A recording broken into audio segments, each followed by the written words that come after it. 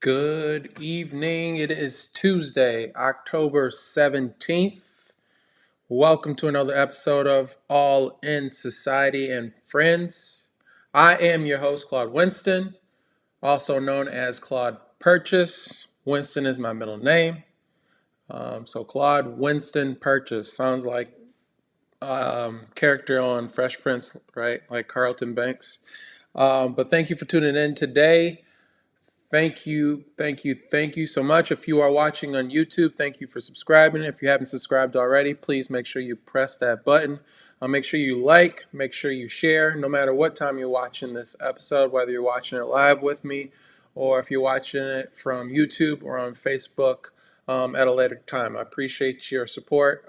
Thank you for watching. I appreciate it. So on today's episode, as always, we're typically going to touch on poker or sports, some aspect of finance, and if I can weave in a little bit of health, any type of tips, or relay anything that I do in my life that I think it might be beneficial in your life as well, I'll add that to the episodes, typically every episode. So this is episode number 8. So we're going to discuss the market.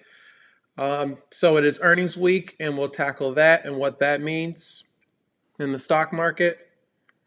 I saw 2 movies this past weekend, so I'll discuss and provide some reviews. One movie, it is October, it's horror time, right? So a lot of scary movies out, so I saw one of those.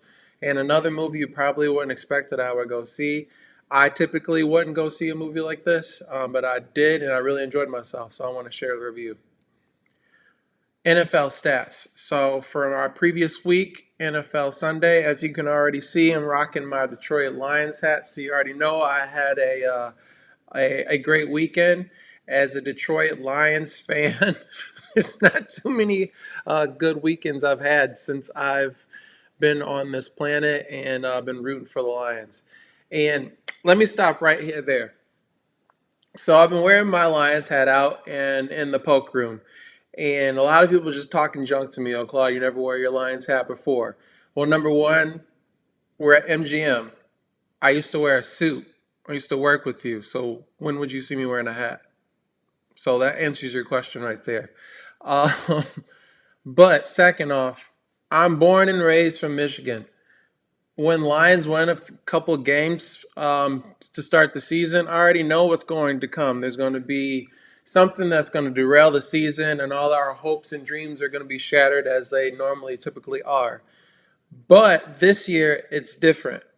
We could see the end of last season, right? When they beat Green Bay at the end of the season and kicked them out of playoff contention. And from there, we could kind of see that the coach is really changing this team. The new players that they've drafted coming in are really changing this team. This is not the same Detroit Lions team we watched. At least I've watched in my lifetime. Even my father's probably been watching them. He hasn't probably seen a team like this in a very long time. As I discussed previously, you got Barry Sanders. Those teams, when I was a little one watching Barry Sanders, I barely remember that. I barely remember watching Michael Jordan. Drop a comment in the chat if you guys are watching, if you remember watching Michael Jordan or watching Barry Sanders. So as well, I barely remember watching them, but I remember those were, the teams that had a possibility of doing something. And then we had Megatron with Stafford. Those teams were fun as well. Watching Stafford just toss the ball up in the air and see Calvin Johnson dive up and just come crashing down with the ball in his hands. And we'll discuss a play that kind of reminded me of that this past weekend. But hitting on kind of the rant or story I was going to, a lot of people just coming up to me and making just like these silly comments. You are in the DMV. There's people from all walks of life and from all over the world, all over the country that live here. So I'm not a bandwagon fan. I'm a Detroit Lions fan because I've been born into this. It's in my blood. But I am not about to be out here sporting Detroit Lions gear 24/7, 365 just to claim my loyalty to the team. So if y'all see me in the streets in Maryland and the DMV, calm down. Relax with the comments. All right, so we're going to talk about the NFL top five. I'll give you my top five. Pretty similar for what my last week's top five was, but there's a little bit of, I shook up a couple teams in the top three. We'll go over some of the stats from this past weekend. And the Lions are playing the Ravens in Baltimore this Sunday.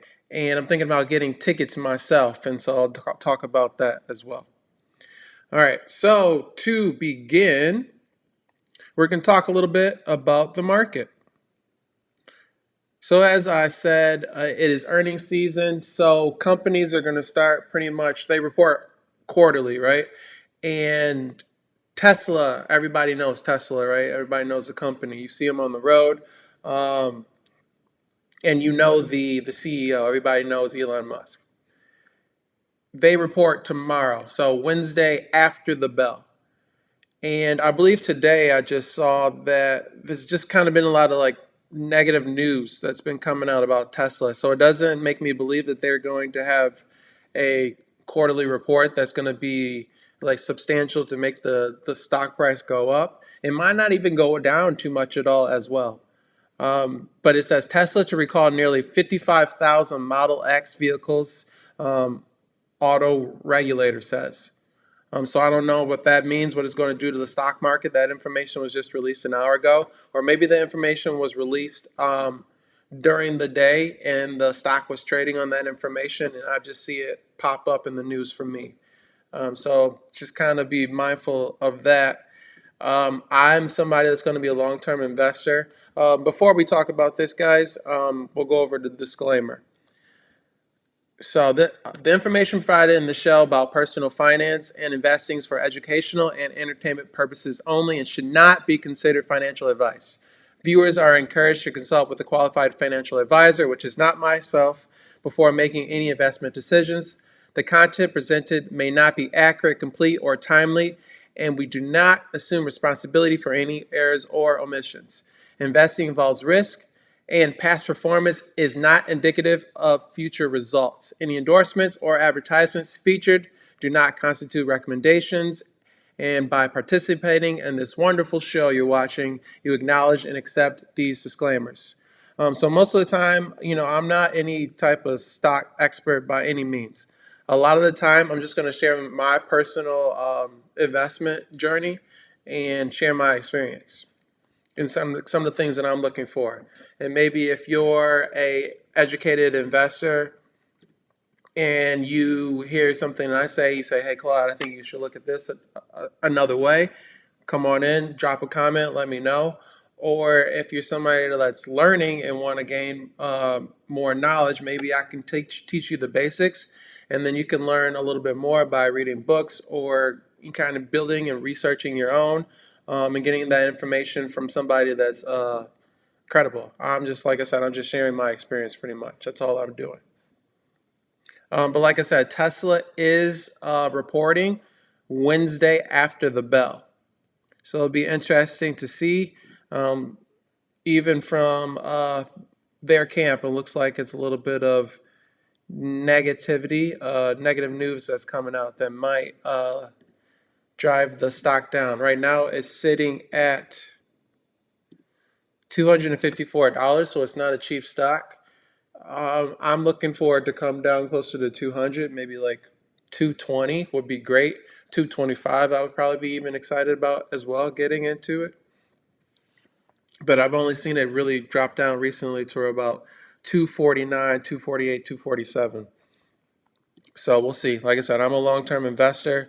I think Elon's investing the money, the revenue from the company. He doesn't provide a dividend, and they reinvest it in technology. And I think that from what I'm hearing, that technology they're investing in, he has a supercomputer, and that can really change some things, and really maybe impact and change the way transportation is done across the globe, or at least in the United States. So that would be pretty awesome. Somebody disrupt the way that traffic is moving to and from, especially in big cities, because we need something to make traffic more efficient especially living in the DMV area. Traffic is ridiculous. From coming from Michigan and living here is a completely different mindset. I have to literally think about what I'm doing and if it's going to, throw me right into because I drive up and down the highway. If it's going to drive me right into rush hour traffic and am I going to be stuck in traffic? Do I need to go on the back roads? In Michigan, living there, pretty much I can go to and from and I'm not stuck in bumper to bumper traffic. At least where I was living. I wasn't living in like high congested areas. Um, I was living right here when I was in Michigan. I miss Michigan, especially this time of the year. Even though it's probably getting pretty chilly, I know a lot of the years around Halloween it was starting to snow. But I do miss is foliage, right? Seeing the leaves turn and everything, it's beautiful there. Going up to Frankenmuth, and this time of the year, and I'm sure Bronner's has the Christmas display and everything there. If anybody is not familiar with Bronner's, I'm pretty sure they're probably the largest like Christmas store, maybe for sure in the United States, I'd imagine, maybe even in the world. I don't know. But it's a pretty great place. I think people come from all across the country and go there and buy Christmas stuff. So if you're not familiar, definitely look it up. I'm pretty sure you can purchase things online as well, like ornaments. It's Bronners, I believe, Bronners. Hopefully, I didn't misspell it. Um, but yeah, Tesla earnings.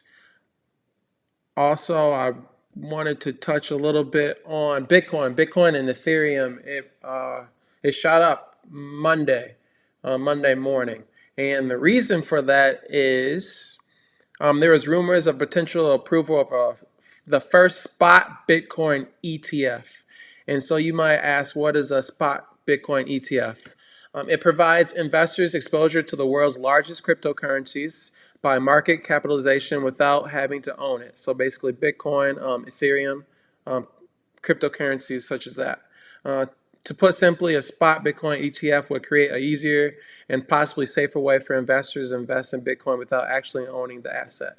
So for me, I bought a Ledger. It's pretty much a device that helps you store your digital currency. I also have some NFTs and things on there as well. We're not going to even talk about and go down that rabbit hole. Um, but so I actually hold my own Bitcoin and Ethereum, but I don't hold it on the exchanges such as Coinbase because that's very risky. You want to take it off of there, and you want to own and hold your cryptocurrency in a protected environment, such as a ledger.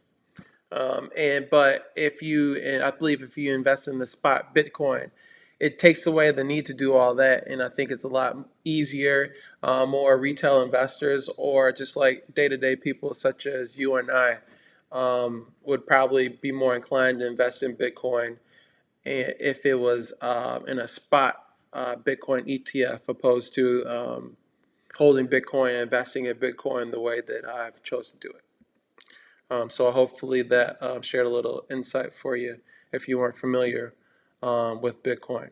I know a lot of people have negative sentiment on Bitcoin and cryptocurrency, but if the government and is finding ways to get into it and starting to regulate it, doesn't that make you think, all right, now maybe is the time I should maybe start investing or think about getting into this?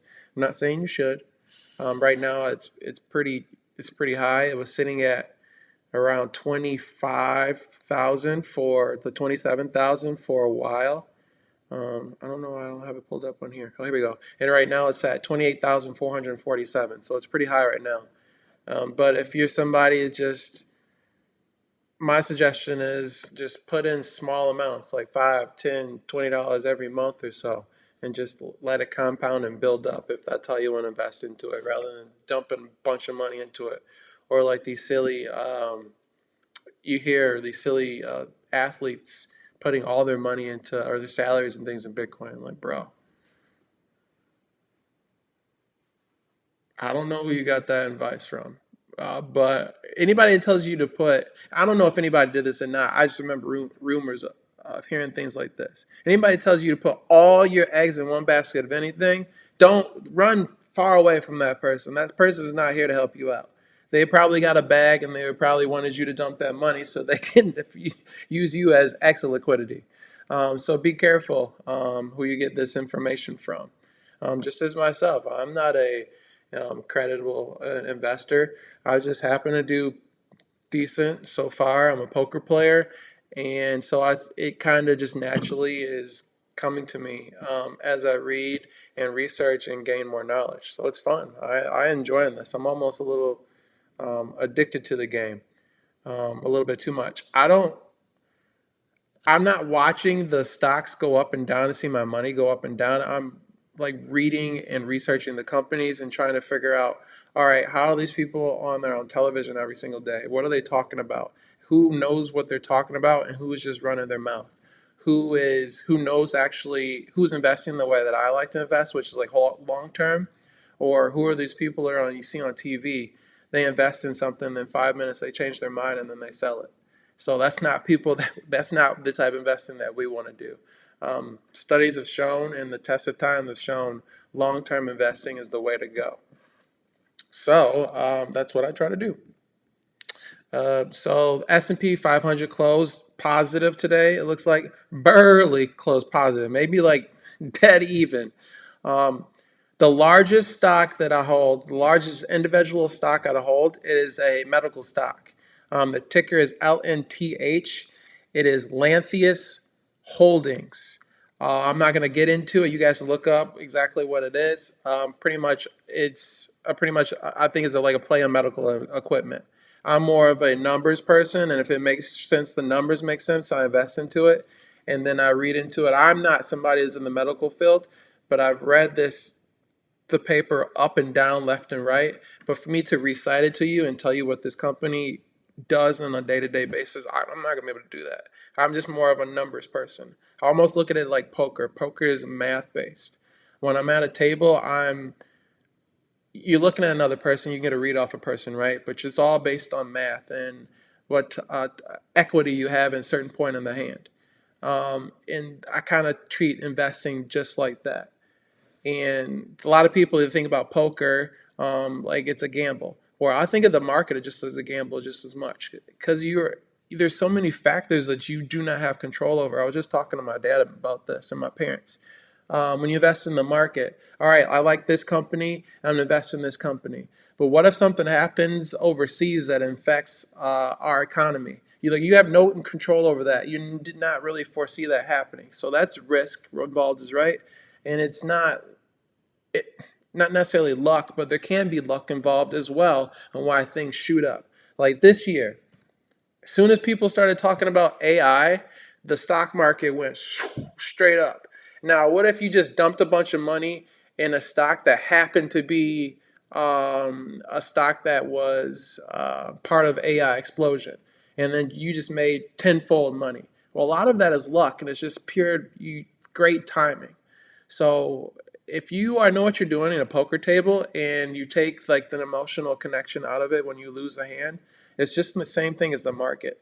So to be quite honest with you, I think I'm learning poker in my life, and now as I transition and become older and more wise as an investor, I think I'm probably going to venture away from poker and start learning how to invest my money, investing, and I can't think of the term right now. It's something I'm intrigued in.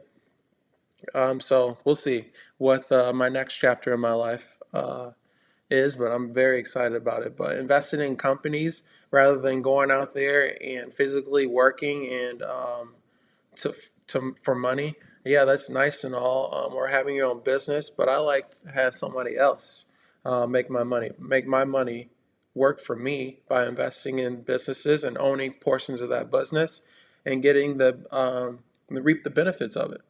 Um, so I think that's what we all should be doing. Put it this way, and I put this on post on social media. I think it was on Facebook. Why do you think it's so easy for us to spend money? Like we go and get a credit card, right? And we can swipe. We could spend $1 million like it's nothing, right? But why is it so easy for us to make $1 million? But if we had $1 million and you said, all right, go make $10 million, do you think it would be just as easy? I don't think so. Like the system is not set up for us to succeed and make exponential growth unless you really know what you're doing by like researching and taking the time to learn how to invest. So I think we just need to, all of us, myself as well, we need to figure out how to make money, how to, when we make money from our jobs or we have any other type of source of income coming in, instead of just sitting it in the bank, we got to figure out how to make our money, make more money while we're sleeping. Um, that's the best money, right? You don't have to do a dang thing for it. So let's get in that mindset that when we get together with friends and family, especially Thanksgiving. Let's change the narrative. Let's stop talking about BS stuff, and the rumors and gossip. Let's change the game. Let's talk about investing in companies. Let's get together and say, hey, how much money can y'all pull together? Let's invest in some stuff. Um, and really get this thing started. All right, Carl's getting ready to come in, so I'm gonna stop ranting about my investing. So we're gonna bring our special guest on, Carl, today.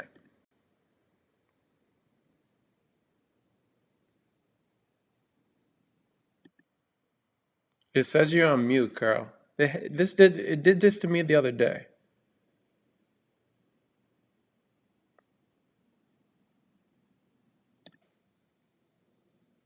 Let me see if I can change it on my end.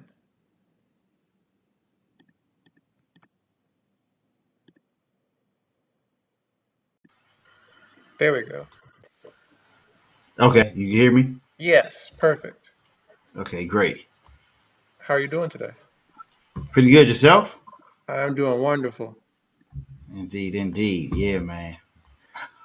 So let Whew. me give you a proper introduction, and I guess to give you a little backdrop of how we even met. So Carl Gray, he is a business consultant, and this is just the basics. I'm gonna let him elaborate. And so how we met is we when I went to the podcast summit in Miami. It was in August, right? August, yep. First day August, yep. Yep, in August. And I was there, and before the event started, there was a gentleman that came up to me and said, "Hey, all of us are getting together after the all the ceremonies, for lack of a better word, and everything is over with for the day. We're gonna get together and we're going to kind of network, and we're going to podcast and interview with one another so we can share content." And so, at the end of the day, unfortunately, so I think everything went all right, but I went and got some drinks and got some food, and I probably had too much to drink because I was so like animated and everything in the video. But I the way that you interviewed, you got everything out of me. I was so animated, so excited because you asked just the questions I was looking for, and you really got my mind working towards what I really wanted to do. And there wasn't too many people that I was talking to outside of maybe just my parents, just a few other people really understood what I was doing, and so I was like, yes, and that's why I was so animated and so emotional during the interview. But Carl gave me the best interview, and just it was amazing. It was almost like I went to church or something. It was great. So from a distance, I've been watching you on social media, and so I have a ton of questions to Sure. ask. But to start, what was your biggest takeaway from the podcast summit? Man, first of all, man, it was a pleasure meeting you, pleasure being down there. It was, almost a last minute decision to go. Um, but what I like the most about it, because I've been going to business conferences for years, I mean, Okay. decades. And but this is the first one I've gone to that was black, just to be Wow. honest with you. Okay. And what I loved the most about it was that it was one of those places like they say, go where you're celebrated. Like Yes. our success was really celebrated, and nobody had to tone down who they were. You know, I mean, you see the EYLs, the Him 500s, the everybody kind of dressing how they want, talking how they want, not having to code switch. If however you spoke that way. Absolutely. However you dress that way. We were really just celebrating all of the success that was needed. And mind you, most of them are younger than me. Like I'm 41. Most of y'all younger than a lot younger than me. Yes. But even to look and see the success that you all that's been made, and the even the dedication to it. It was a lot of information, especially in those breakouts. Though I mean, just the information and the networking, and I'm learning more and more, and even starting to teach on the law of proximity. Being in the room with the right people, making the connections. And yes, I didn't have a whole lot of conversations with Shans or Donnie or the Him 500s, great people, but did have the conversations with other attendees, and even the proximity there, like you said, being up at midnight and we're just recording content. Right. We're sitting in a hotel room and people just interviewing each other, learning more about each other, getting ideas. Man, I mean, it really was amazing. So that was my biggest takeaway, was the proximity to being with our people, Right. being successful and making stuff happen. Did you go there like wanting to network with Shans and Donnie, and but you in turn we were there and we were able to network with one another? Not in particular. Actually, Okay. I went to really promote my podcast. I had just launched it the week before. Okay. And being myself a business solutions architect, knowing that most people in the room have a podcast about their business, Right. and I have a podcast about business, Yeah. period. And I have my book, 7-Day Business Plan, and my whole job is to help people to start, launch, grow, and scale their businesses. So it's like, hey, I'm in the room with people who they need what I have. If they don't need me, they need what I have. Right. So it was like, be in that room, let them know, hey, I'm friends with businesses. Let me have them, ask me questions. That's my, pick my brain. So Right. yeah. All Mhm. right. So that's perfect. So please promote everything. I have no shame. Or you should have no shame. This is I know. what this is for. But so take us through the journey from the businesses you started and how you've helped others, and what is your most memorable client or your most rewarding client? Wow. I'm glad the last one's going to be amazing. Okay. So, I can say it started off when I was maybe 10, 11 years old. And my pastor, who she's also my godmother, I'm actually dedicating my book, the 7-Day Business Plan, to her. She's invested in me a lot throughout the years, taking me different places, letting me be in business conferences when I was 5 years too young to be there, but Okay. really just believing that I could do it. I mean, like I said before, she saved my destiny in times where I just kind of like almost blew it. But I went to Hampton University. Actually, was going to be. I was a political science major. I wanted to be a campaign strategist, a spin doctor, essentially, and I actually worked in that field. Worked for some coordinated campaigns um, back in 2002, 2004, 2006. Got a few people elected. After a while, politics got a bit too dirty. Right? All right. You can only imagine, right? Um, and so got out of that, but Okay. I was blessed to be one of the financiers for the campaigns. Was He owned he was the president of at the time, it was the largest minority CPA firm in the country, Okay. and the head of their IT department, their IT assurance department, was a mentor of mine from church who had known me since I was knee high to an ant. Wow. And he was like, Carl, come on over. Okay. They taught me the ropes of IT assurance, IT audit, which basically when you go in, you look at the financial systems so that financial auditors can look at the numbers. Okay. But the one thing about being at while it was the largest minority firm, it was still a small business. So being in a small business, you get to learn the ins and outs of how business works. And so I learned business development. They put me in seats that I never thought I would be in, especially in my 20s. I was the fastest person to make senior and manager in the firm's history, because I got my different certifications. I am a certified ethical hacker as well. And so, just doing all of that type of stuff. And so I learned a lot just being in the rooms. I had to write proposals. I had to present to CEOs and CFOs. A lot of things that my counterparts who were working at some of the larger firms did not have the opportunity to do at Okay. a young age. I even helped to build the cybersecurity arm of that. It was called ITAC. with a gentleman who's my mentor, and now he's my business partner as well on my in my cybersecurity company. Okay. So like all of that, um, helped me to really understand how business works. Then I picked up a camera. I decided I want to be a photographer. And so that's how I created Launch with Carl, the methodology behind it, a 4-day launch plan, how to launch any business in 4 days. Okay. And so I developed that there. And it came time for me to leave the firm. Left with a great relationship. I actually still do subcontract work for them to this day, but it was time for me to start my own thing. And so I use the exact same methodologies. We consulted for, like Marriott, Network Solutions, Ritz Carlton. I actually helped to write the IT strategic plan for the Office of the Comptroller of the Currency for the United States Treasury, like things like that. So, those are the type of experiences that I had because I was at this small black firm where they're going to put you where you fit, not Are just your you job. so you're familiar with some of the companies that you mentioned? If I'm understanding what you said your job entailed, you you were privy to understanding what their systems were, so you know how many of these businesses systems or work, the pros and cons from each. You looked at that before someone else took it over and made their decision. So yeah, basically, and I'll just give a little brief background on how IT assurance works. Okay. Um, we look at controls that are in place, and this having been in the in the gambling field, like controls to ensure that the numbers are fair. So Okay. whether we access controls, can you see this? Can you do this? Can you touch this? Implementing new systems. Is this system right? Doing different IVMV, independent verification validation. Like I said, I'm an ethical hacker, so sitting there looking at a system to see if somebody can hack it.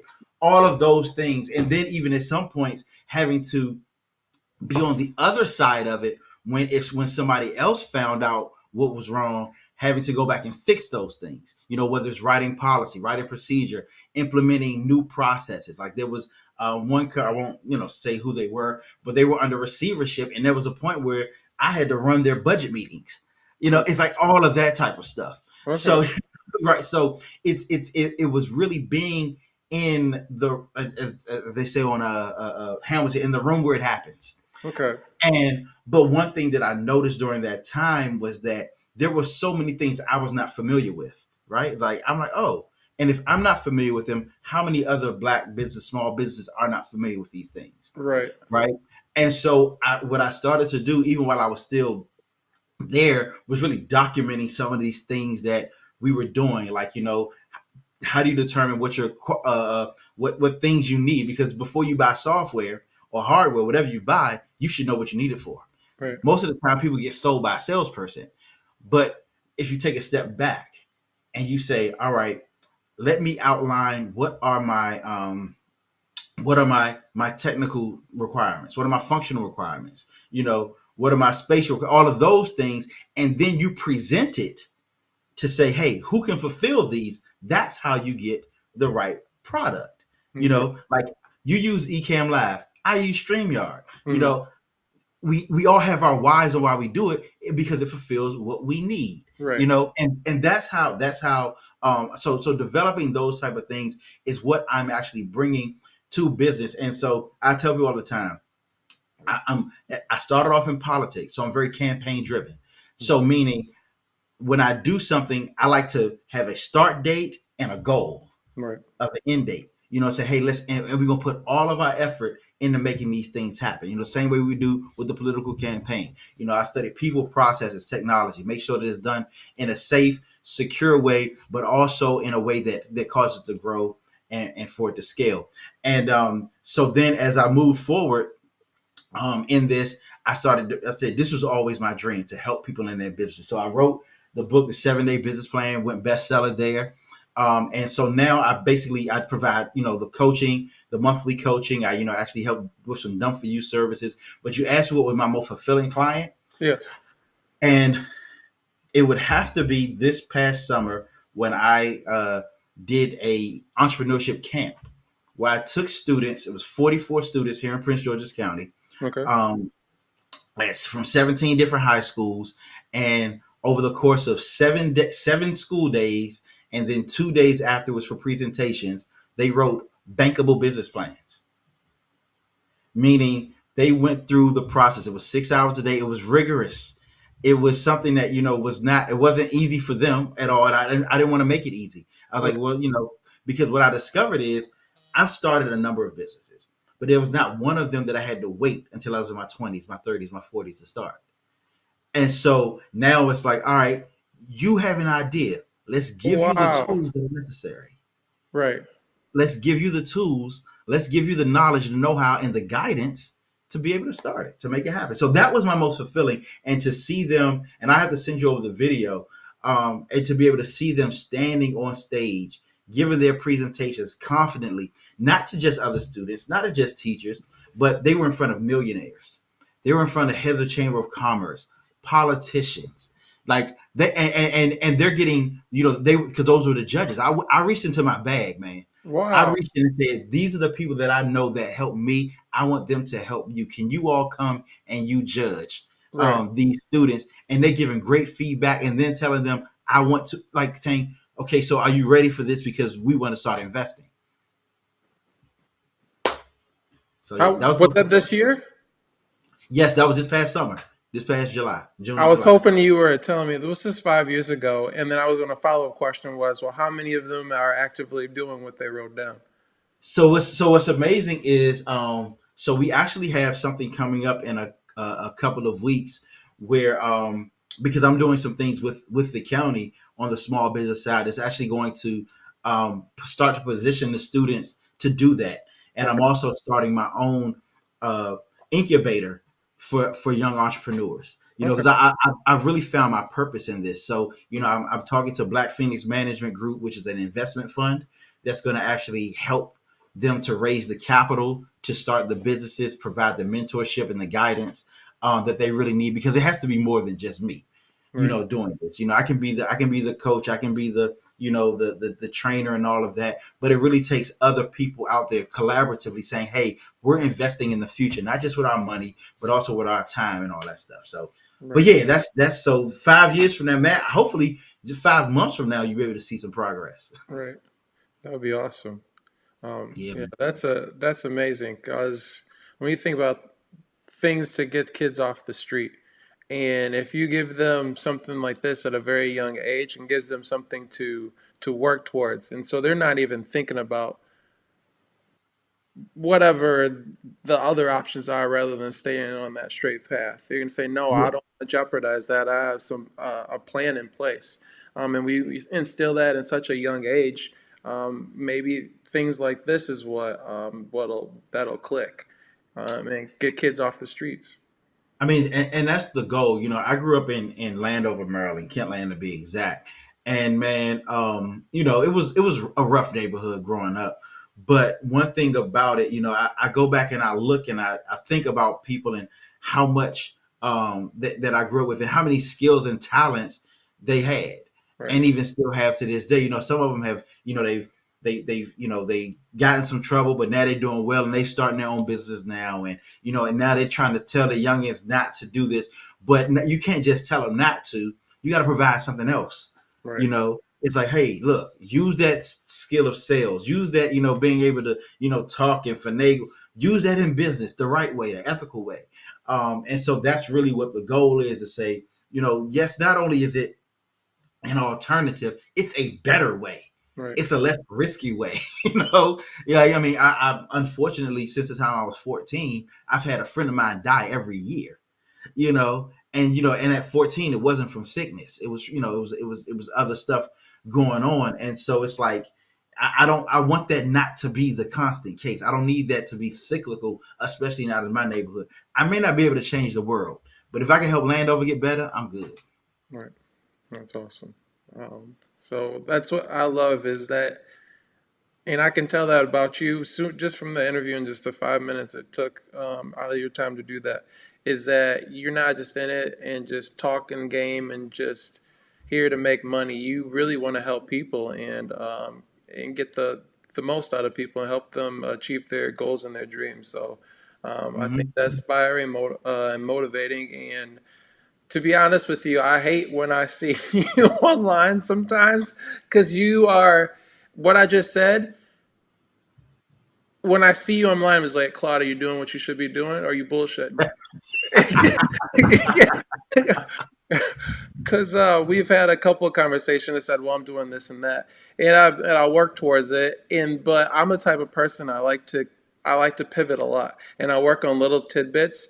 And this is Mhm. bad because these are bad habits that I've developed by working at my previous employer. Is that they gave one person a ton of tasks and expect them to get all these jobs done. No, give me one or two. Let me execute that at a 110%. Then I'll move on to the next thing. Yeah, yeah. Because So I'm waiting for your I'm waiting for what we talked about, man. exactly, that's what I'm saying. So I moved away from it because what I want to do is like I want to I want to travel and I want to play, and I want to opposed to being here and kind of like helping people and going out because what I've noticed, what I really want to do is Hmm. in something that I think it's already been done, and I think the folks that are interested in it are kind of there's already enough resources out there. I want to What do do you want to do? so. I want to help people. I want to grow the game of poker, but I also want to help people with finances and investing, with real estate and things like that. But the kind of the way that we were talking about going about it, it's niche, but it's not necessarily what I want to do. What I want to do is I want to necessarily travel and so say you and I wanted to go play cards, and we wanted to go to out of the country to go and do this. And now, if you and I go, it's probably really expensive. But if we go together as a group, and I make this like a whole experience, like Hmm. travel agency and things like that. The reason why I got this idea is because my mother, she used to have a business with her sister-in-law. I think. Yes. Anyways, and they used to do bus trips in Michigan, and they would take, and this is for an older crowd, and they would take them from. We grew up in Flint area. Take them from Hmm. to Mount Pleasant up north to the casino, and sometimes they're overnight trips, and they do deals with the casinos. If they stay overnight, they'll give them free hotel, or excuse me, not free, but discounted hotel rates, and like free play and things like that. So it's pretty much that, but with poker and providing experience. We get together, we have dinner. If I can collaborate and bring poker players on and kind of expand from that, then I can build my brand from that once I get that going as well.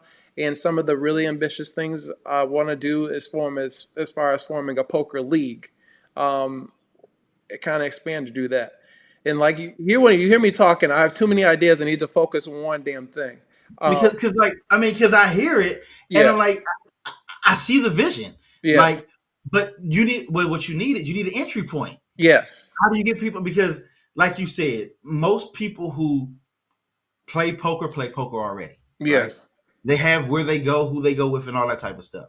But there is a market for people who literally they watch it on ESPN1, ESPN2 every Yes. once in a while, or they they may play with their family and stuff, but they don't really know. Everybody still got their what beats what card sitting around. Yeah.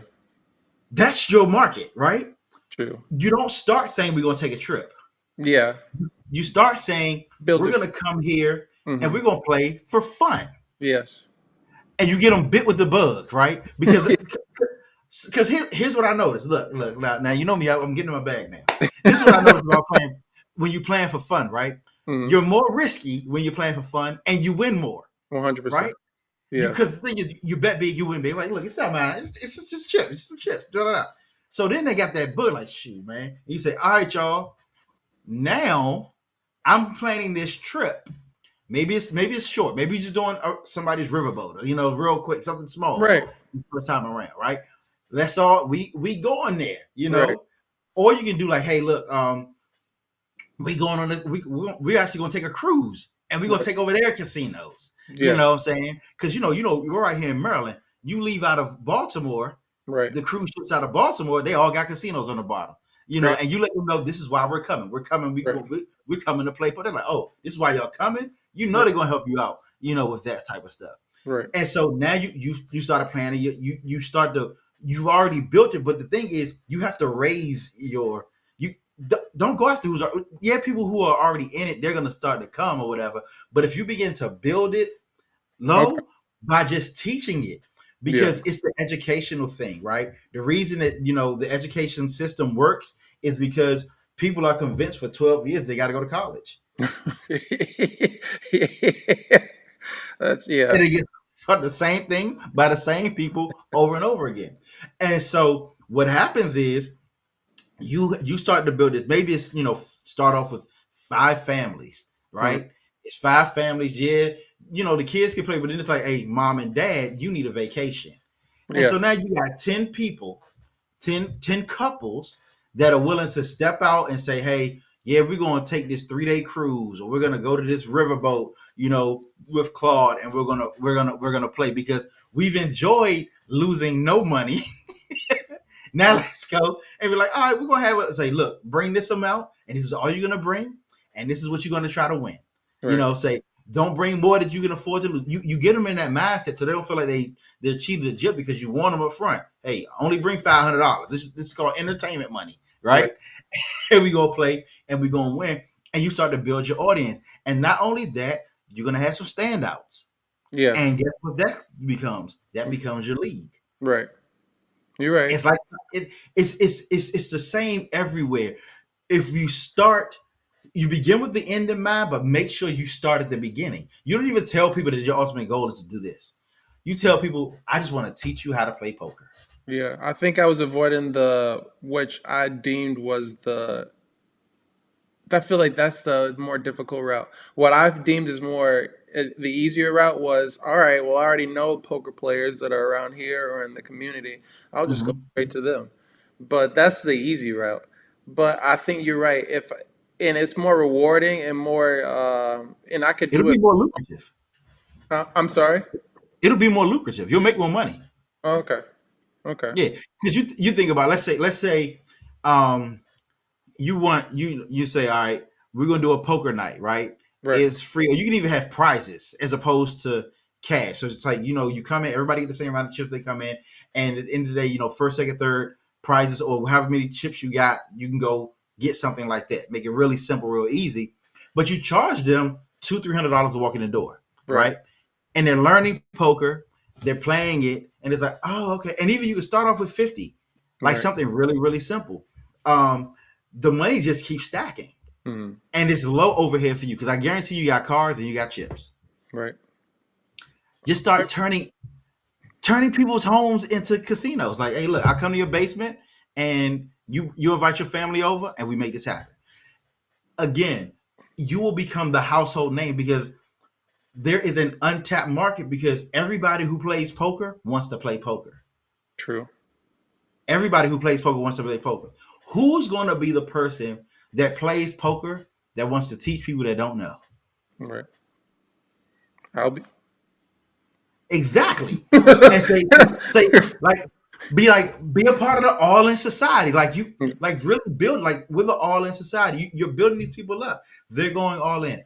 And again, like you said, you're also bringing in and you're teaching the financial literacy piece that people don't see, the real estate, because all of it's a gamble, Right. right? Right. Right. All of it's a risk. Right. Right. All of it, even entrepreneurship, it's a gamble, it's a risk, And so you're bringing all of that in, and you're taking it. You're doing your podcast, and behind the podcast, people are playing, and people are like, "Wait, what's going on back there?" Like, I need to get there next time. Right. I'm just saying, brother. I'm just saying. Yeah. You're right. You're right. So, all right. Well, I 100% appreciate that because I think I even told you this in Miami. The Mm-hmm. lady at the bank, she told me to do this. She literally the same thing. She told me that, but I've just been fighting it because I was like, no, that is the more difficult route. The easy route is for me to just go to the people I already know and just convince them they already have money. This is easy, but at the same time, I 100% understand what you're saying and what she was saying at the same time. And And the I thing is, can if it's go ahead. easy, it can be stolen. Ooh, yes, that's true. That's true. But if 100%. you're, it's easier to steal a car than steal a house. Yes. That's If ooh. you build it, if you Yes. build the foundation, Yes. Like somebody can break into your house and take something, but they'll never be able to take your house. That's right. That's I mean, like I said, you build your society, right. build the all in society. You go all in first for the Right. people. They'll Right. go all in for you. That's true. Yeah. That's You got true. any more questions for me? Yeah, I know. Look, I look. You always throw me in my bag, bro. Because I mean, 'cause they told I'm like, man, when I'm like, man, I wait for Clark. Come on, Clark. What we got, man? What we got, brother? I'm like, yo, you got it. I'm like, call me. Look, I'll be your coach. Look, I'll build it with you. We can make some money together with this, brother. Right. I'm with it. Right. Well, there's another huge thing that we could talk offline that put a wrench into my plans to go in full speed ahead from when last time we talked. So I Mhm. had to kind of refocus, but we Yeah, know still of good. course. But it's me, and just being stubborn and thinking that I could do it the way that I want to do it because it's the easy way. But going out here, knocking, being present, and in what I've been telling my parents and my family is that I want to build something in Charles County because it's, from what I've heard and what I've seen reported, is the richest black county in America. And So if hold on, I, hold on, hold on, hold on, hold on, bro. Hold on. I'm gonna stop you right there, okay? Because oh, we're about to fight because we about to fight. I'm Prince George's proud. Yeah, I was Okay, about to say I knew this where this was going. so technically, okay, Yes. so what's funny is I just had somebody on one of my big brothers. He just opened a business in his third location in Charles County, and it is technically the richest black county because they have 51% black, Hmm. right? 51%. They just crossed that threshold. We only need full 51, It's gonna go higher. but we are in the 80s. Okay. Okay, Okay. Okay. we have a black county executive, Yes. a black attorney general. Majority of our council, our delegates, our senators, black. You know what I'm saying? So, I mean, yes, if you just want to say per capita, all right, cool, you got it. But and their money doesn't necessarily come from the black. Our money comes from black people. I'm Yes. not knocking Charles County, but I'm saying let's go ahead and put it together. We call them Wakanda because they're far. But if we really want to know where the riches of the county is, right here in Prince George's, Y'all call y'all call Charles County Wakanda? we call Waldorf Wakanda. Yes. I've never heard this before. Where have I been? Oh man, it is far. Just find somebody like, yeah, I'm going to Waldorf. You're like, why are you going to Wakanda? What's funny is a friend of mine. She actually did when Black Panther 2 came out. She did a Uh, huge premiere down there. It was one man, it was really good. She had like African drummers. The Marvel actually allowed her to do an early opening, so she was like the oh, sponsor. They did like the big stuff in Waldorf, what? right? Because it was in Wakanda. Yeah, oh yeah. She's excellent with M. Henry. Like That she's that great. is perfect marketing. That is It was. perfect. It was. When I say packed, like she did an event like no other, man. I have to shout that out. Indeed. But yeah, man. So yeah, you want to open something in Charles County? Go ahead. Tell me why. Tell me Yeah, why you want well, like we said, from the information that I was provided, it is the richest black county in America, and doing that in this area, with my people, the people that look like me, and kind of building that from scratch here, it would really be something. I would do it in Prince George's because we are really, I mean, you know what I'm saying. So I that's all think I'm it will saying. also be more beneficial if I'm closer to the casino with the poker and Well, you the. know what the casinos in Prince George's County. Exactly, that's what I'm saying. It is a lot. Yeah. I understand what you're saying. That drive, I'm used to doing the drive, but there's not a lot of people. There's no entertainment or anything. So that's what Right. that's what I'm saying. I'm trying to build something and put it out there, and a Mhm. place for people that want to come. And like the way I look at this, the poker room to me is the barber shop. Yeah, That's it can be. Yeah. Yeah, Mhm. but there's not really anything that speaks to us, if you understand what I'm saying. Yep. They put it in our areas. The casino's already plotted, always plotted in our areas, but there's nothing that's really that speaks to us, the people that you're putting your properties in these areas and displacing all these folks. And that's another conversation for another day. It is. Yeah, Um, it is. but yeah, so that's really what I really want to do. As far as Nah, building yeah. like a poker room or something like that, no. But as far as building like a studio where poker content and things like that are being filmed And I want to elaborate more because someone will probably actually no one's going to take my idea because no one respects poker. Then no one really understands what Right. I see this could be. But there are other companies like the Wynn and Caesars that are really putting their capital and putting resources towards it. Just the other company down the road, just they're a little slower than others, I guess. Could you could literally get you one of those like suite type things Hmm. and make it a poker classroom. Right. Hmm. And like you say, you film content in there. People come in for lessons. They can do little parties. Of course, nothing would be it would be all unsanctioned. Not necessarily them gambling, No, but like no. you said, it's the classroom. It's the environment. Like you Yeah. said, it becomes like, oh wait, this is somewhere I could even send my kids to, Is it and it's all legal. exactly? Everything. It's like, yeah, like look. Matter of fact, we'll have childcare here. Yeah. Y'all stay at the MGM. Your kids are here, and we got certified for. I mean, you got all of these options. We can talk like this all day. This is literally Exactly. what we do. That was But the like, first thing I thought of when they built that place. I said, where are all the people that you're employing? Where are their kids going to be? Because a lot of these right, people do not live in this area. Where are their kids going to stay? right, Mhm. and so I mean, I think you have an amazing idea, and I would love to, be definitely even be a part of it.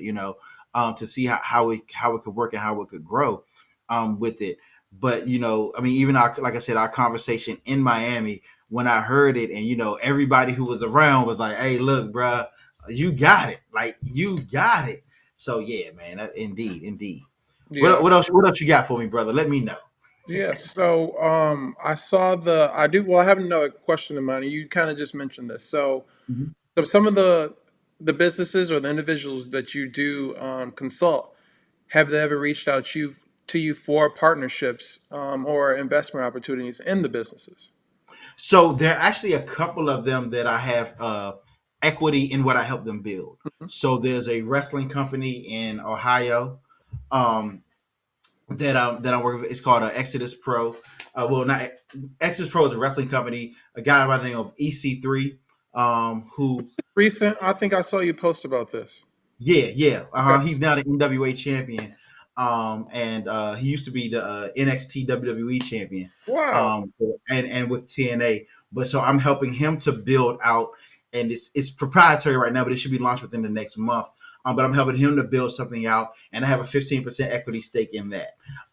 It primarily depends on what it looks like from the business. Like, you pay something up front, but instead of me doing my full fee, we Mhm. have an agreement that as we market it, I just take a percentage of it to make it, to make it work. So yeah, a number of people, I have a couple of them like that. So I'm doing something with a couple of folks in fitness, um, the same thing. But for me, it has to look like it's going to succeed, and I have to know that the person is willing to work to make it happen. Right. Because an investment is not an investment in business, it's not an investment in the idea. It's an Hmm. investment in the person. Person. It's an Yeah. investment in the individual themselves. Because if they will drive it, then I know that my system will work. Right. Okay. Mhm. Awesome. All right. So the Midnight Mastermind. Can you Yes. elaborate on that? So Midnight Mastermind is for me. It is for Carl. Carl works late at night every night except for Sabbath, right? Okay. Friday night is the only time you will not see me up late working. If it's Okay. Friday, I'm resting. I might be sleeping, might be just doing something enjoyable. Like I said, it's a rest time. But every other night, I'm up. Okay. Like, when you sent me a message the other day, I hope it's not too early. Like, nah, bro, I'm up. Let's go. What you need to know? And it's not even like I'm dragging up. I'm up. And Okay. so, as we know, entrepreneurship is a lonely journey. Yes. It's a lonely journey in many cases. A lot of times you're doing stuff on your own. So I started the Midnight Mastermind just for whoever might be up. Okay. You're up, let's talk. What are you going through? What do you need to do? What are you trying to make happen? Like, I don't sell anything on there. I don't sell my products. We pick a topic every week. We've talked about we're going on our third week now, but we've talked about just tips for productivity. Last week we talked about guerrilla marketing. This week we're going to be talking about income generating activities, Okay. making sure that what we're doing is actually making money, because so oftentimes we spend too much time doing stuff that's not making, like if I said spend 3 hours working on the flyer, I could be doing something else. You know what I'm saying? So those are the type of the conversation that we have, and it's really an open forum. People come, you be sleepy, like camera on, camera off. You Okay. put a bonnet on, pajamas. It's really, I get it. It's not recorded on purpose because I want people to be able to be, vulnerable and just chill and talk. So there are no recordings of it. And the only rule is if you come, enjoy yourself. If you come again, bring somebody. Okay. All right. I like it. All right. Yeah. So I saw something. I don't know if this is the first time they've done it before, but have you heard about the Blackwell Summit? It's in Landover, Maryland, October 26th through the 28th. I did hear about that. Unfortunately, I won't be here because I'm going to be at Hampton's homecoming. Okay. Oh, okay. All right. That sounds like a good time. Oh yeah. I'm a Hamptonian through and through. But yeah, I know I really wish that I could be there. But it's gonna be Jericho City of Praise is Jericho City of Praise. Um, the thing's gonna be there, right? All I saw is I saw Morris Chestnut. I didn't know anybody else that was there. I kind of just saw the website. He popped up and he was talking about it on the news. And I was like, "What is this?" Okay. And I think it was just some interview that I saw on the internet. And I said, "Oh wow, this is I guess InvestFest, but it's really literally down the road, pretty much." Uh, hmm so I I don't was think it'll be as big as Invest Fest, no, but I think no, it'll be pretty good. Yeah, yeah, yeah, but I do think it'll be pretty good. Yeah. yeah. Do you think it'd be worth buying a ticket and actually going and networking and What I tell people all the time: if there's a room to be in, go. yes, um and just go with a purpose. Like, I'll be honest, I don't go too many places to learn, right? okay, I learned a lot on my own. I mean, of course, if there's something to learn, I'm willing to learn, yes, but my goal is connections, room. I don't know if you ever read the book Never Eat Alone, hmm, but yeah, Keith Ferrazzi, one of my boys, he recommended it to me. It's an excellent book. It really just talks about there's a whole chapter on when you go somewhere, how to work the room. And when we say work the room, it doesn't mean meet everybody. It's make meaningful connections with okay, people. Because, like for instance, I didn't meet everybody in the room, but you and I develop enough of a connection to be like, hey, look, we can probably do some things together right, instead of everybody knowing my name or having seen my face or whatever. There are a few people like, hey, I want to work with, like, I want to work with the local app. You know what I'm saying? Like that type of stuff. Like, yeah, this actually makes sense. So, yes, but yeah, I say, especially if it has a name attached to it, like Morris Chestnut, yes, um, then it's, yeah. I mean, then that means somebody's gonna show up. It right, may not be, like you said, it's not gonna be Invest Fest, but it will. People are gonna show up. And here's the thing: let's say not a lot of people show up, mhm, right? That means you're guaranteed to meet 100% of the people in the room. right, 100%. That's why I liked the podcast summit. It was smaller, it was intimate, and Right. really Mhm. got to some substance and not a lot of fluff and BS. Yeah. I mean, especially like I said, the second day, with some of the guests, it was like, okay, it was good to see how things work. But Right. them that first day, bruh, like Mario Armstrong, Yes, yes. man, I can't find his recording. I'm like, I wanted to go back and watch the recording of it. It's not in the app. I was VIP and I didn't get it. It's not in the recording. Oh, But man. yeah, but they had some really, really, really good information, good content. Right. But CJ, too. but hmm? CJ was good too. Oh yeah, oh my goodness, Mhm. CJ brought it. That's the thing, and I expected that because that's how Dave and Donnie are. Yes. They bring information. I tell people all the time. Every time I listen to them, I feel convicted. Like when I listen to the Social Proof, especially when he does like his little hot seat joint, I'm Yes. like, all right, you calling me out? Okay, all right, young man. He's like, all right, you calling me? Okay. All right, let me go ahead and fix this.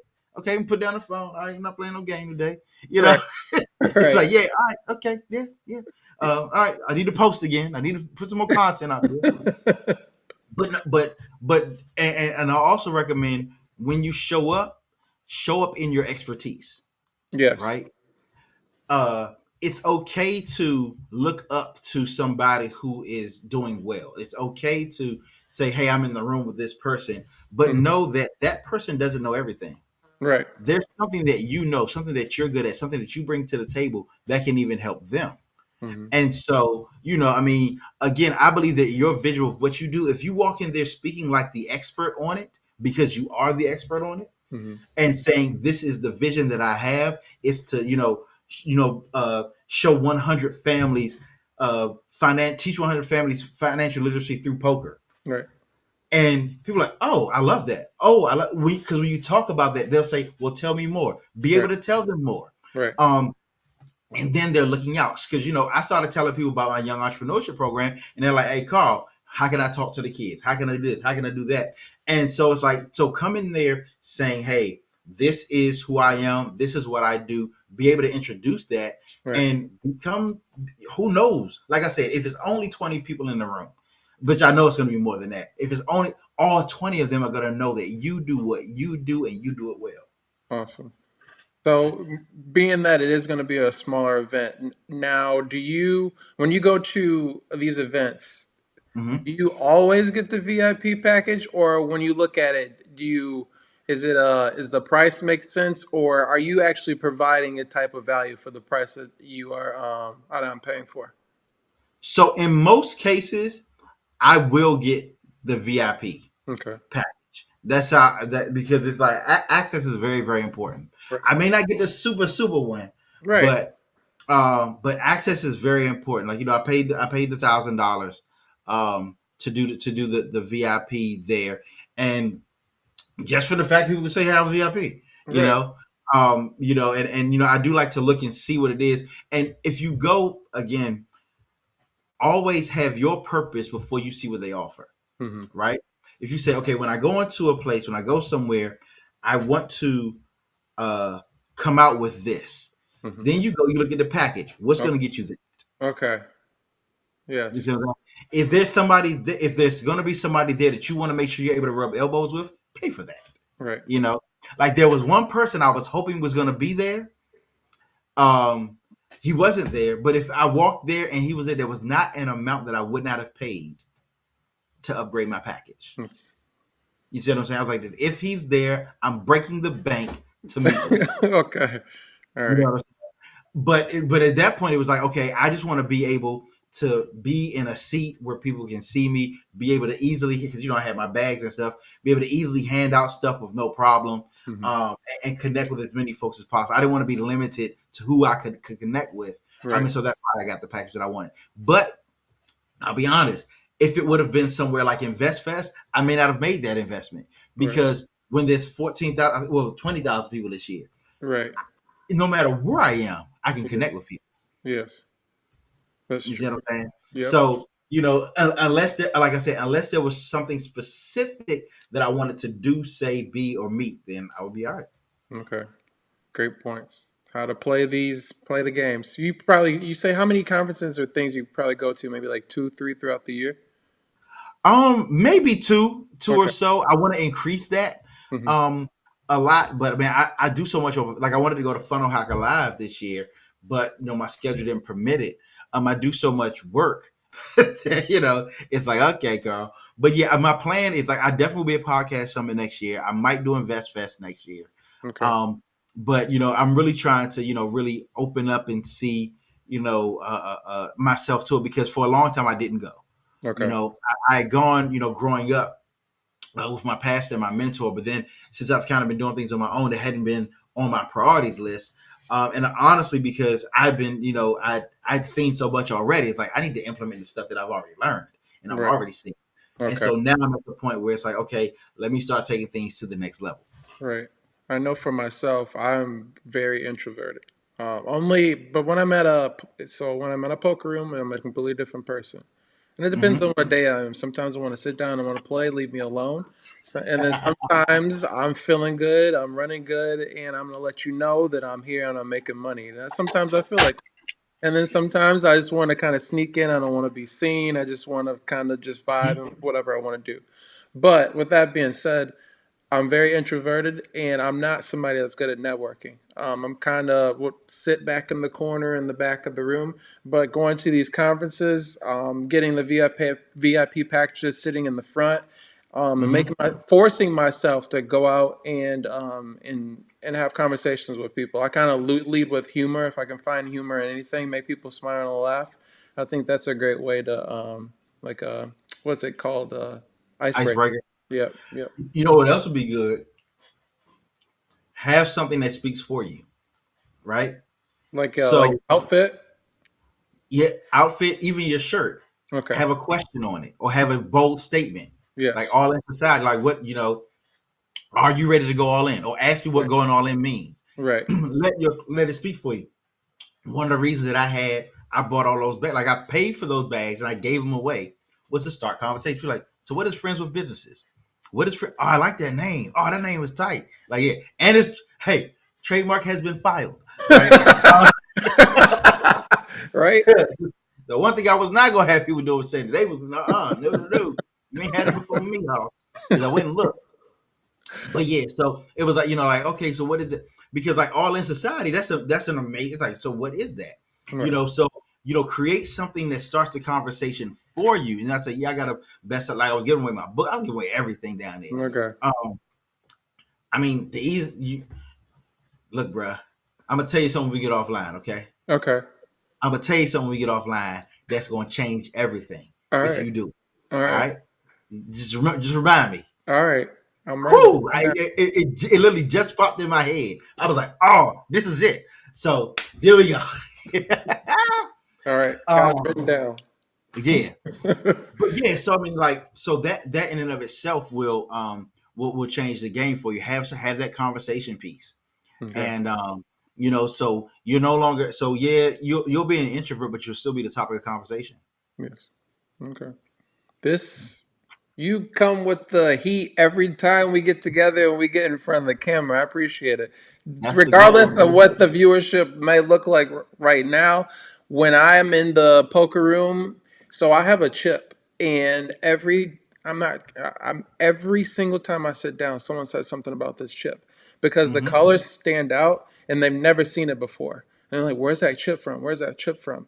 And Yep. so I use this a lot of times to kind of talk about what I'm doing. And so Hmm. I'm going to promote this episode like none other. This is what I do, and this is what I plan on doing. And if you plan on starting your own business yourself, hit up my man Carl because he can get you started and get you going, get you in the right mindset, get you what I really need is structure. And sounds like you have a plethora of resources you can use in your networking group. Yeah, definitely, man. That's my job. My job again, I tell people all the time, I don't have good ideas. I make other people's good ideas work. Okay. Right. That's the entire structure of my business. So like, well, can I tell you my idea? You gonna take it? But I ain't got time to take your idea. Like I promise you. Which is why I give ideas so freely. It's like I Okay. ain't got time to do it. You might as well do it.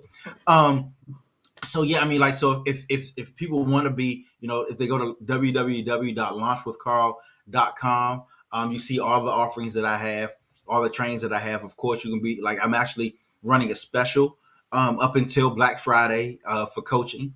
So my coaching services are actually half price up until then.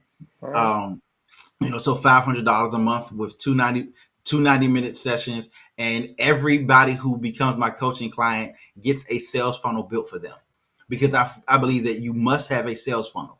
So it's like, if you're gonna work with me, it just comes with a package. You can't even say no to it. You can't say I don't want it. No, you have to have it. My team builds it, and we build it right.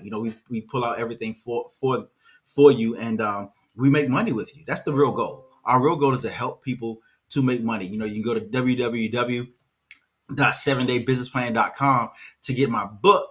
And if you buy a book, it actually comes with, once you get past chapter 2, you get a free coaching session, which is Nice. valued again at $500. So you get a free coaching session just to see, so I can tell you what you need to do as you go through the rest of the book. Is it a So physical or is it a ebook? it's a physical book, but you go online. You have the option to upgrade to the ebook as well, so you Okay. could have both. And every book actually comes with a downloadable worksheet, um, to fill out the business plan as you go through the book. Nice. Nice. Yeah.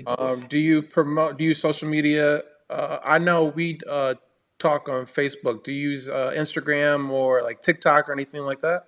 Yes. So Instagram, TikTok, Launch with Carl at Launch with Carl. The and of course my podcast, Friends with Businesses Pod, on Instagram. Friendswithbusinesses.net if you would like to subscribe or be a guest. I love talking to people. I do this all the time. Like literally, we get into it, and there's only been one time when we were talking and I did not have an idea for somebody, and that's because he was one of my mentors. I was just like, I'm gonna sit back and let you talk. But but I even got some ideas for him too. But this is what I do. My brain works like this all the time. It's what brings me joy. It's what keeps me up at night. Mhm. So that's the whole goal, bro. Okay. If you ever, so, and I just kind of was talking about it, if you ever feel like you want to get out of the house or you just maybe you don't, no leads are coming in at that time, you just want to find a quick way to kind of network and just socialize with some folks, go to the poker room. I think you Mm, probably live closer to Maryland Live. But go play cards. There's every table, there's entrepreneurs in there. mm. I'm telling you, and then when if you talk to one person, you might get the guy that talks to everyone else at the table as a social butterfly, and they'll be like, "Hey, I just talked to this guy." You don't even have to talk to everybody; he'll do all the bidding for you. Um, Nice, yes, nice. yeah, I I gotta think try that. yeah, the poker room, and a lot of times you just go play limit hold'em, where you sit with $40 and you just kind of play play the nuts. You don't have to Mhm. just go in there and try to win every single hand. Just kind of socialize and have a good time. I think it's a great way to network and get your business out there. That's for anybody, whether you are a huge business or small business. You never know who you're going to see at a poker table. I'm gonna have to do that. I might do that one of these evenings. Just be like, hey, what's the best day? So for Maryland Live, if you go, I would use this. So go download this an app called Bravo Poker, and you can Hmm. see on the app when it has for poker, you can see when it has the most lucrative promotions. And so those are the days that are going to be the busiest days. Typically, it's going to be on the weekend. But if you're not available on the weekends and you're free like during the week, they have certain promotions during the week, early in the morning and late at night. That gets people in there, a packed room, and that's the best time to go. And it's most of the time it's a lot of older crowds, and so you already know it's just a bunch of older folks that got money and invest. Right, there's a bunch of I'm money out being honest, you just telling it like it is. there. But just something to kind of think about in the future if you ever just want to get out and just network and but have a good time and enjoy yourself. I appreciate that, man. Indeed, brother. Absolutely. But I want to respect your time. I know I think probably been on here for at least an hour. About Um, an hour, yeah. yeah, An I hour. will 100%. I'm gonna follow up with you with that information that you got Oh for me, yeah. and then we'll definitely be in touch, and hopefully maybe we can meet up at a poker table and we can kind of discuss, opposed to talking over the I'm down, StreamYard bro. or Cam. I'm down. Yeah. I love actually. So I'm not excellent at poker, but I love playing. That's what I'm saying. Like like I know what beats what. I kind of like I have a huge chip set. We have family over, and you're like, hey, y'all want to play poker? You're like, hey, let's go. Like I'm with it. Let's rock. Like I like, yeah, I love it. So I'm down. Right. So yeah, I'm always willing. I don't have to just play no limit and try to take everybody's money. I can always just sit back and just be like just have an enjoyable time. If you like to folks who like to drink and just kind of sit back and have a good time, or if you want to get something to eat and then play for a little bit, whatever the case may be. I'm cool. I adapt to whatever the case may be. Um, Works for me. yeah, but there's one thing. If you Yes. are, this is just my number one rule. If you are a big poker player, the number one rule is you never travel with another gambler to the casino, because one of y'all gonna lose and one of y'all ain't gonna be willing to play anymore. Or because if you think about it this way, you're that one person, you got the guys kind of sitting back over you like your girl or something, watching you play every dollar you win or lose. Or you're that other person and you're in that spot like, man, well, I lost everything I came here with. Well, the ATM's over there. He's been playing, he's doing good. I don't want to ask him to leave. And then you get deeper in the hole, or you could turn it around and things might be positive for you. But that's my number one rule. You don't go to a poker room, you don't drive together. You can go there and meet with one another, but don't drive Hmm. together. Not a good time. It's just a lot of poker stories have been made that way. Duly noted. Yes. But yes, Indeed. I'll definitely keep in touch, and I appreciate you coming on.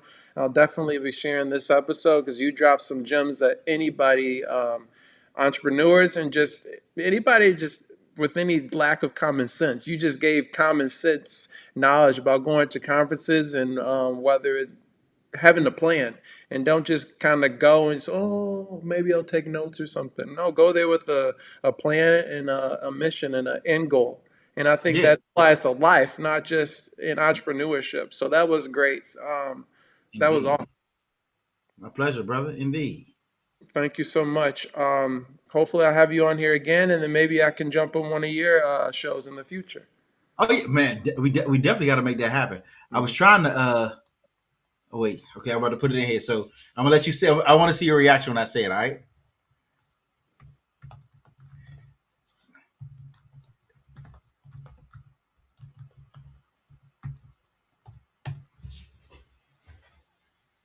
It was in the chat. Yeah. Look at the guest chat. It's probably maybe I need to close it out and open it up again. Yeah. Look. Maybe it's probably slow for me. It didn't say show anything yet. Oh really? Mm-mm. At least not Oh, yet. what? All right. I'm gonna send it to. Let me see.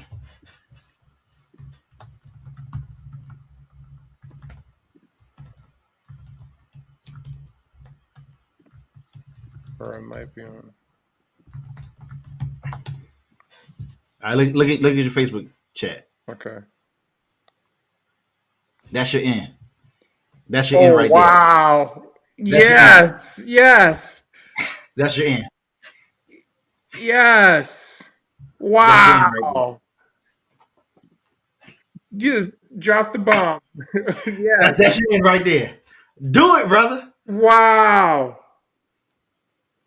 Wow. Yes. Okay. 100%. All in That, society. yes.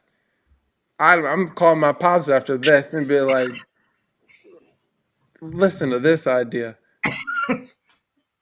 That's it. It's the all in society. Put the logo on it.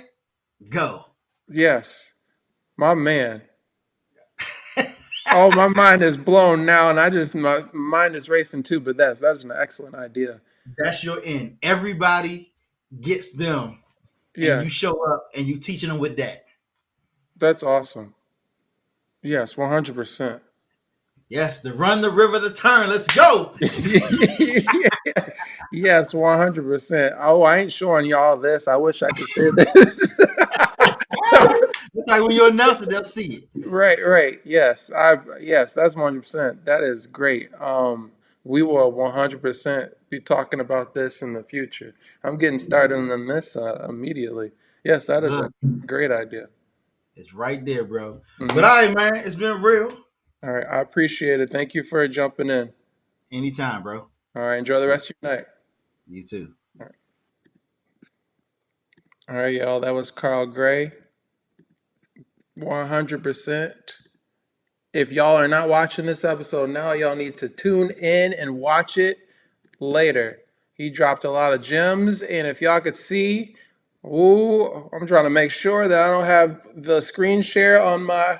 I'm closing this down. Y'all are not seeing that, but that was awesome. I met Carl at the podcast summit in Miami, and he conducted an interview. Mind you, the interview we were like, all right, this is Carl. Hi, Carl. I'm Claude, and then we were on camera and did the interview.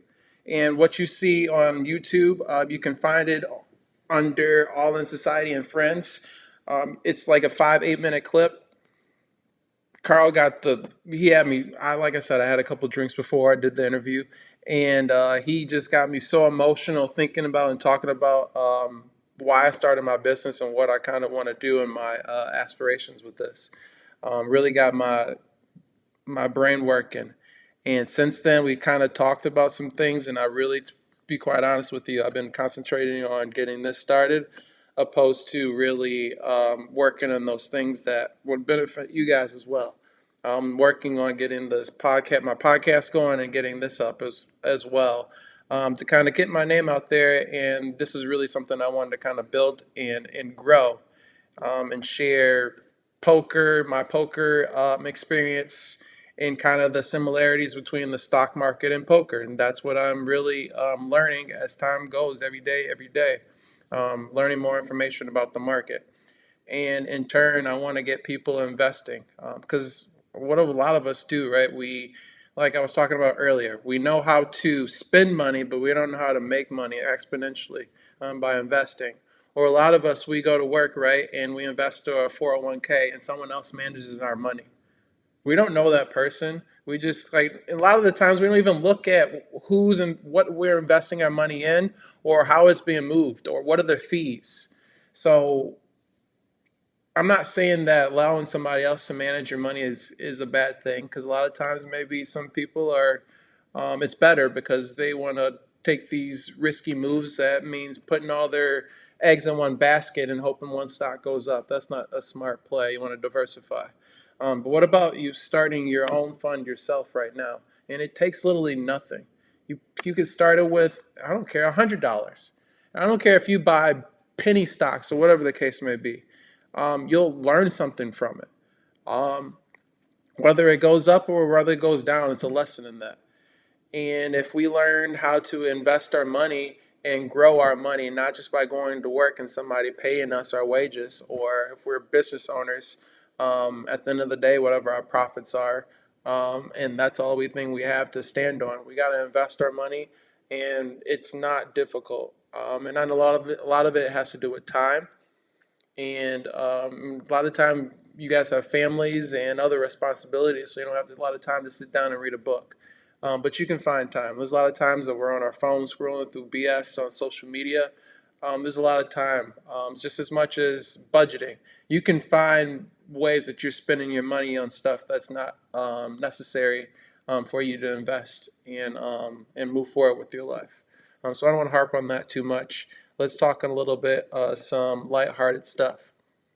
But then again, please, if you didn't get a chance and you're watching now, if you did not see the portion where Carl was on here, he and I talked about my business and what he does as a business consultant, it was it was awesome. He's very informative. Definitely knows what he's talking about. So I definitely appreciate it. All right, so now movie reviews. So I saw two movies this past weekend. I saw Saw, which was great, and yes, I went by myself to AMC Theater and I saw Taylor Swift's Eras Tour. Yes, I sure did, and I'm proud of it. And so I'm going to talk about those reviews, and we're going to talk about the first movie I saw, and it was Taylor Swift's Eras Tour. So the biggest takeaway was that woman knows how to put on a show, and she is absolutely one of the greatest entertainers. Me and my sister, shoot, I'd have to call my sister and have her jump on right now to talk about this. Beverly, if you're watching this right now, uh, I'm gonna watch the chat. Put something in the chat and I'll send you the link to jump on if you're available and free. But I remember we went to a Janet Jackson concert, but I was too young to remember it. But she was probably like the best performer that I've probably seen in my lifetime. I just don't remember it. I've been to other concerts like Lil Wayne and Drake. Like, they're cool, right? If you like their music, yeah, it's all fine and all. But on the level of like a Janet Jackson or a Beyonce, that's a whole nother level. There's a whole nother production there. I did see Lady Gaga. This is this was a crazy night. I feel like I was in another world when I went to that concert. I went with somebody who just needed somebody to kind of drive them. I think they couldn't drive for whatever reason. So I was like, yeah, sure, I have nothing to do. It was a female. And I went there, and Lady Gaga put on a show. She's an entertainer. Wow. But I felt like I was in a whole nother world there. It was all walks of life, which I have no problem with anybody. What you like is what you like. What you do is what you do. I don't discriminate. I'm kind of think of myself as a chameleon. I get along with black people, white people, purple people, aliens, animals. I get along with anybody. I get along with good people. If you're a good person, and you have good intentions, I'll rock with you. Um, but that to say, this concert, and she was an amazing entertainer, and it was an amazing show. The show was at SoFi Stadium, or excuse me, the concert was at SoFi Stadium in California. I think it's in Inglewood. So I definitely want to check out that venue, whether I go see a football game, whatever the case may be. That looks like an amazing venue to go see any type of entertainment at. The stage mechanics were crazy. It it seemed like if she was off a little step someplace, she could have definitely fell off the stage and really hurt herself. The stage was kind of flat, right?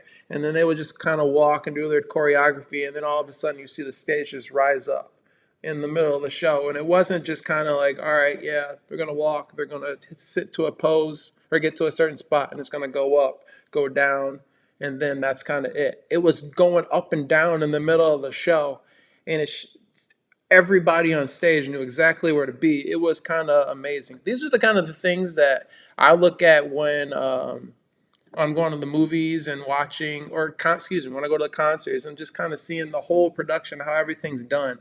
Like who organized all this? This is amazing. Something that grand of a scale. So mechanics, the technology was really cool too. There was this really big snake that popped out. If you haven't seen it and you wanted to see it, sorry if I'm spoiling it for you. I definitely wasn't aware I was so familiar with so many Taylor Swift songs. Now I don't know the lyrics, but I've heard these songs on the radio, whether it's at the casino or out and about. I don't listen to the radio stations that typically play these pop songs and things, but I knew a lot of her songs, and I thought she was just kind of this like pop teenagey girl.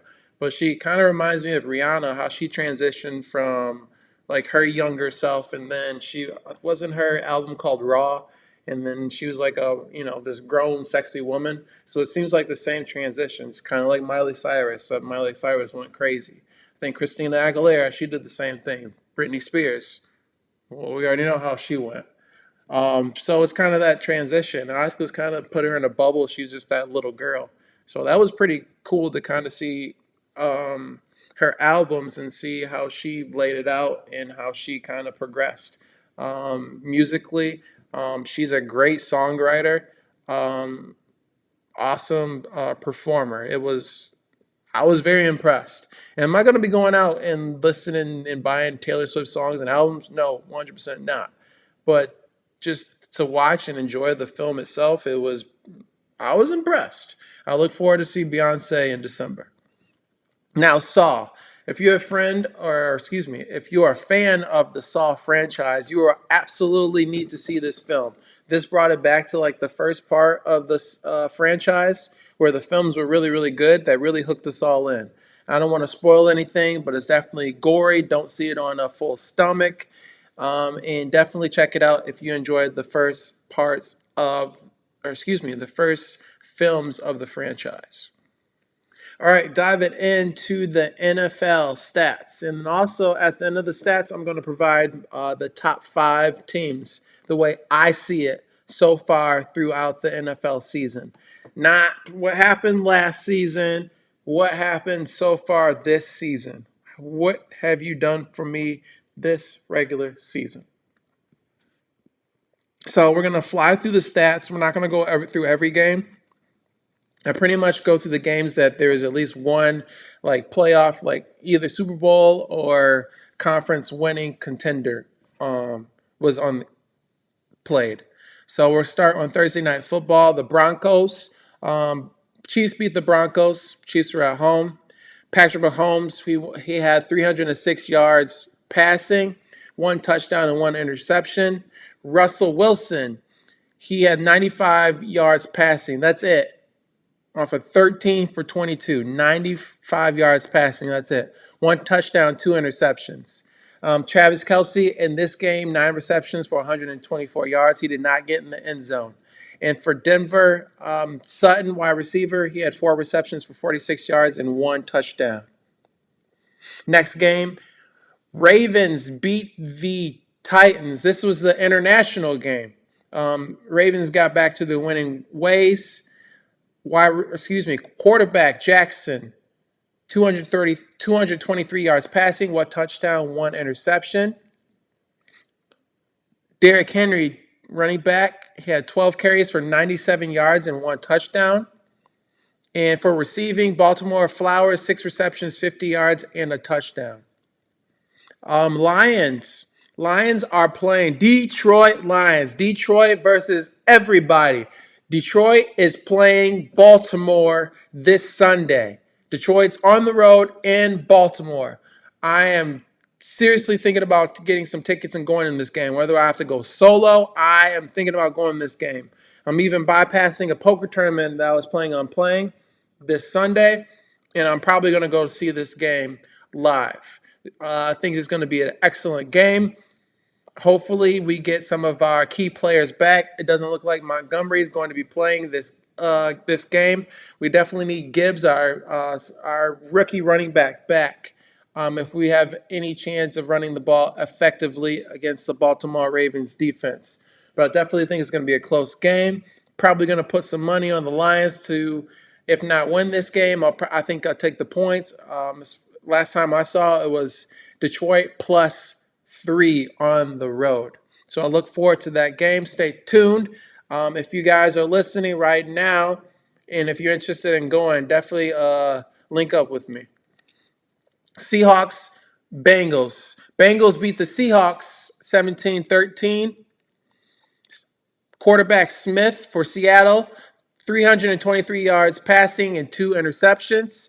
Burrow, he had 185 yards passing, 2 touchdowns and 1 interception.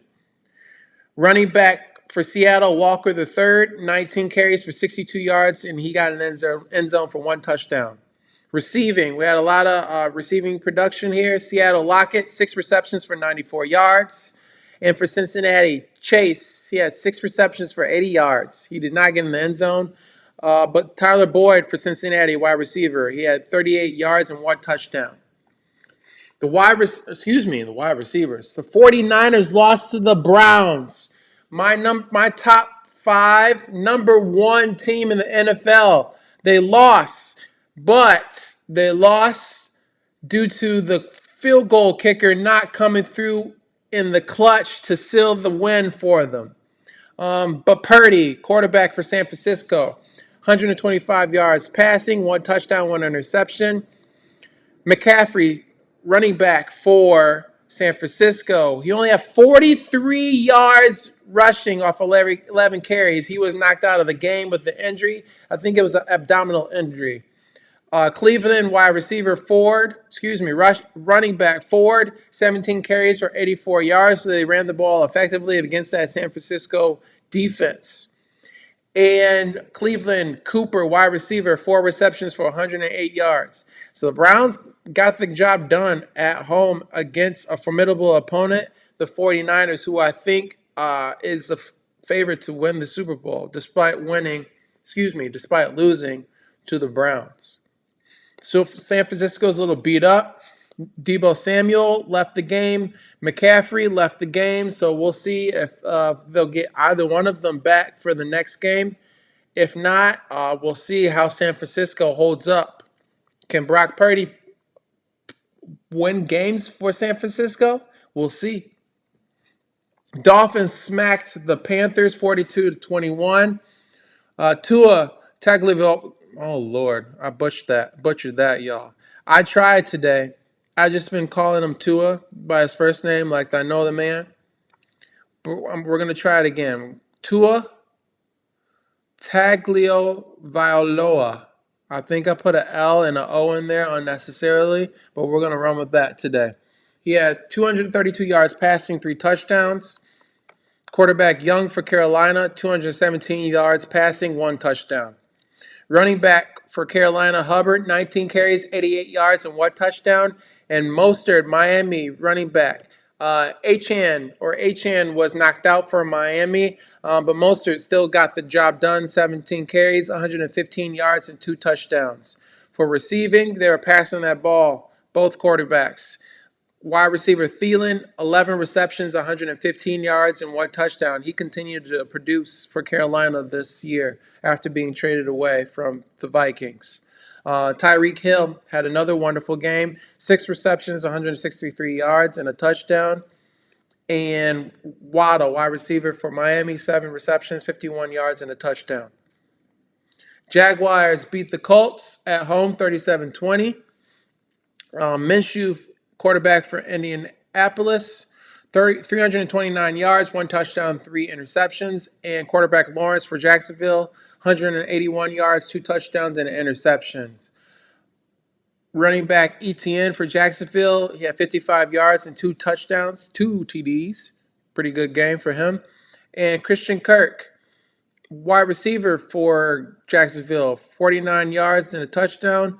And Pittman Jr., wide receiver for Indy, he had 9 receptions for 109 yards. The Rams beat the Cardinals. Stafford, 226 yards and 1 touchdown. And Arizona quarterback Dobbs, he had 235 yards and 1 interception. Williams, running back for the Rams, he's continuing to produce on the ground. 20 carries, 158 yards, and 1 touchdown. And Cooper Kupp, he's back full effect. 7 receptions, 148 yards, and 1 touchdown for LA. The Eagles lost to the Jets. Apparently, I wasn't listening, but I guess a lot of the analysts were calling this game, calling the Eagles were going to lose this game potentially. So Hurts, 280 yards passing, 1 touchdown. He threw 3 interceptions. Wilson, New York quarterback, 186 yards passing off of 19 completions. Hurts had a decent game on the ground. He had 8 carries for 47 yards and 1 touchdown.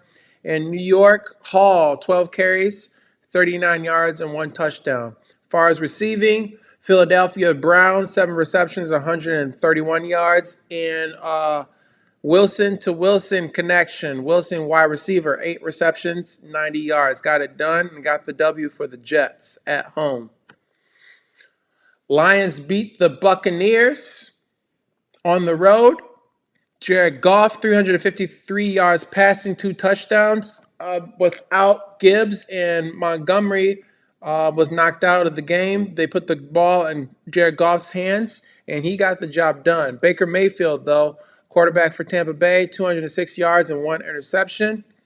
As far as receiving, Amon-Ra St. Brown, star wide receiver for Detroit, 12 receptions, 124 yards, and also a touchdown. And Williams, the rookie, y'all, if y'all would have saw me when he caught this ball. So Williams has been struggling. He just recently came back from suspension. He was one of the players caught up in the gambling. But he's been struggling past couple games with drops. But this game, he came up clutch in a big way. A 45-yard touchdown grab. Goff threw it up for him. Jump ball. Williams came down with the ball for the touchdown. Yes, baby. I was so excited for this game, for that win, and for that catch for that young man. It was great to see him do that. Now let's see him produce and stop a lot of those drop balls. So Bills 14-9 beat the Giants. Buffalo quarterback Allen, 169 yards passing, 2 touchdowns, and 1 interception. Barkley, running back for New York, 24 carries, 93 yards rushing. And Buffalo wide receiver Diggs, 10 receptions for 100 yards. Last game, Cowboys beat the Chargers 20-17. Dak Prescott, 272 yards passing, 1 touchdown. And Herbert, quarterback for LA, 227 yards passing, 2 touchdowns, and 1 interception. Rushing, Dak Prescott, productive on the ground, 7 carries, 40 yards, 1 touchdown. CeeDee Lamb, after not doing too much last game, he came back for 7 receptions, 117 yards. And Allen, wide receiver for LA, 7 receptions, 85 yards, and he made it into the end zone. He had 1 touchdown. Now, thank you for listening to all the stats. But we go over all the stats because we can listen to everything there. Go over the wins and losses, who did what as far as production, and then we break down the top 5. So last week we had the Dolphins as number 5, Chiefs 4, Lions sitting at number 3, Eagles 2, and 49ers number 1 team in the NFL to round out the top 5. So for this week, Eagles, I have at number 5. They dropped from 2 to 5 after losing to the Jets. Dolphins move up 1 to number 4. I have the Chiefs moving up 1 to number 3. The Lions move up a slot. They are now slotted in the number 2 slot. And just because the 49ers weren't able to capitalize in that late field goal, game-winning field goal, I'm not going to bump them down from the top spot. I still think they have a powerful offense with Christian McCaffrey, Deebo Samuel, Ayuk, George Kittle, Brock Purdy's playing excellent as well, and their defense is sound. And so I'm keeping them at the top spot as number 1 still. So 49ers, Lions, Chiefs, Dolphins, Eagles is how it's going down. So thank you guys so much for tuning in for another episode of All in Society and Friends. I truly appreciate your support. Please, if you're watching this on Facebook, I appreciate you viewing it on Facebook. But I would really appreciate if you went over to YouTube and went and searched for All in Society and Friends and subscribe to my page. And also like and share with your friends and family. Today's episode, we did have a special guest, Carl Gray, on. If you did not get a chance to view his portion of the show, make sure you tune in. I believe he came in around 10, 15 minutes in, and we talked about, he is a business consultant. We talked about his experience and what he does as far as helping entrepreneurs and helping small business owners and even large businesses he's helped in the past and in the future as well. He is an excellent asset. Definitely somebody that I will be tapping into in the future to help in my future endeavors. I look forward to building a relationship with him and maybe even a partnership with him business-wise going forward. Definitely a valuable asset. If you're an entrepreneur, business owner, or if you like just anything that Carl had to say, make sure you listen to the episode and tap in with him. He has a book, and he also has many of products and services offered for you guys to check out. For myself, make sure you check out All In Society, the podcast. It's on all major podcast networks.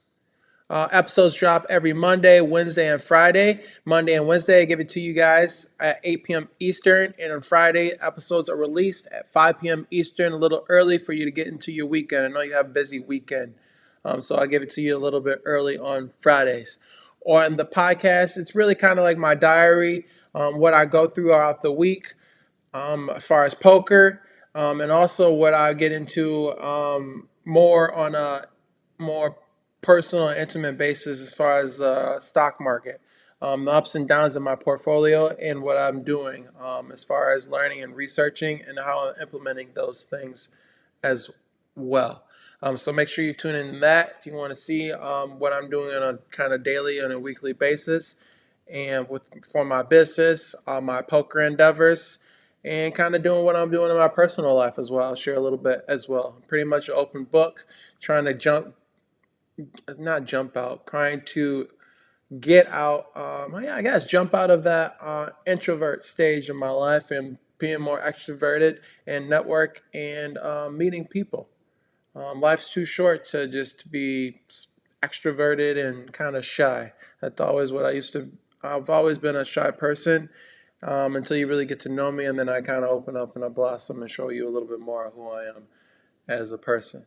Now, whether that means you stay around or not, that you can ask people my past.